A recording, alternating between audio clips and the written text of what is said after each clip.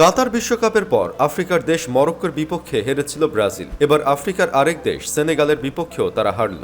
মঙ্গলবার দিবাগত রাতে সাদিও মানের দলের বিপক্ষে ৪-২ গোলে হেরেছে পাঁচবারের বিশ্ব চ্যাম্পিয়নরা। এতে করে তাদের হেক্সা মিশনে বড় একটা ধাক্কা খেল দলটি। কাতার বিশ্বকাপের পর থেকে ব্রাজিলের সাথে যা হচ্ছে তার সবকিছুই যেন খারাপ হচ্ছে।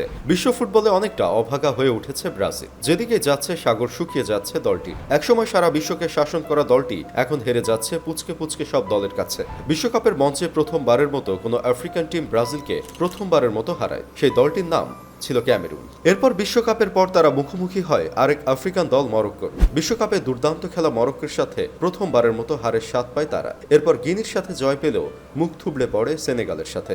সাদিও মানে দিল জোড়া গোল। সেনেগালের সাথে দুই দেখায় জয় নেই ব্রাজিলের। প্রথম দেখায় ১-১ গোলে ড্র হয় ১৯ সালে। এছাড়াও গত ৭ মাসে ৩টি আফ্রিকান দলের সাথে হারে ব্রাজিল। বিশ্বকাপে ক্যামেরুন ও প্রীতি ম্যাচে মরক্কো এবং সেনেগালের হয়ে আজকে জোড়া গোল করে ৪-২ এর বড় জয়ে ভূমিকা রাখে সাদিও মানে। একসময় কাফু আর রবার্তো কার্লোস মিলে দিদার কাছ থেকে বল নিয়ে বল দিতেন রিভালদোর কাছে। রিভালদো সেই বল দিতেন রোনালদিনহোর কাছে।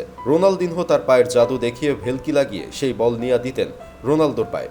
এরপর রোনালদো করতেন বুলেটের গতির শট। ব্যাস, নেচে উঠত পুরো গ্যালারি। মনে হইতো হলুদের সাগরে ভাইসা যাইতেছে সব।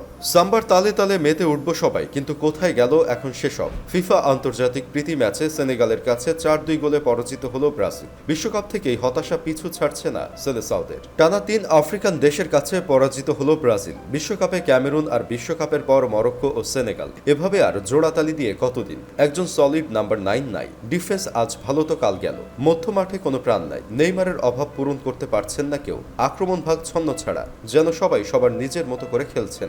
এভাবে চলতে থাকলে কোনো মেজর ট্রফি জয় দূরে থাক, ফাইনাল অবধি যাওয়া অসম্ভব। বিশ্বকাপে হয়তো টেনে টুনে বাছাই পর্ব উতরে যাবে, কিন্তু মূল পর্বের খেলায় নিজেদের অস্তিত্ব খুঁজে পাওয়া দুষ্কর হবে। একটা দলে যতই প্রতিভাবান খেলোয়াড় থাকুক না কেন, যদি তাদের মাঝে কোনো ডিসিপ্লিন না থাকে, উদ্দেশ্য না থাকে, কিছু পাওয়ার জন্য ডেডিকেশন না থাকে, তাহলে আপনি তাদের থেকে ভালো কিছু আশা করতে পারেন না। ব্রাজিলের বর্তমান অবস্থা অনেকটা ছন্ন ছাড়ার মতো। দলে প্রতিভাবান খেলোয়াড়ের অভাব নাই, কিন্তু দলগতভাবে তারা কিছুই করে দেখাতে পারছে না। তবে আনচেলত্তি আসলে এই চিত্র হয়তো বদলাতে পারে। আনচেলত্তির রেকর্ড অবশ্য একটা আশার আলো দেখায়। ন্যাশনাল ক্যারিয়ারে স্কালোনি আর্জেন্টিনার হয়ে 3টি ট্রফি জিতেছেন, যার 2টি জিতেছেন দুই গ্রেট লিজেন্ডারি রবার্তো মানচিনির ইতালি ও দিদিয়ার দেশমের ফ্রান্সকে হারিয়ে। কোপা আমেরিকা জয়ের পর স্কালোনির সামনে চ্যালেঞ্জ ছিল দুই ফাইনালে মানচিনি ও দেশমকে কিভাবে তিনি ট্যাকটিক্যালি বিট করেন। এ চ্যালেঞ্জে তিনি সফল বলা যায়। আনচেলত্তি ব্রাজিলের কোচ হওয়ার সিদ্ধান্তে আসছে। কোপাতে স্কালোনি বনাম আনচেলত্তি একটা ব্যাটেল হওয়ার সম্ভাবনা রয়েছে, যদি দুই দল মুখোমুখি হয়ে যায় আর কি। এরকম হলে কে জিতবে এই লড়াইয়ে? কার ট্যাকটিসই বা কিরকম হবে? দুই কোচের ট্যাকটিক্যাল লড়াই এবং জমজমাট একটি সুপার ক্লাসিকো, এমন একটি ম্যাচ দেখার লোভ কখনোই ছাড়া যায় না। এখন দেখার পালা ব্রাজিল তাদের স্বরূপে ফিরে কিনা।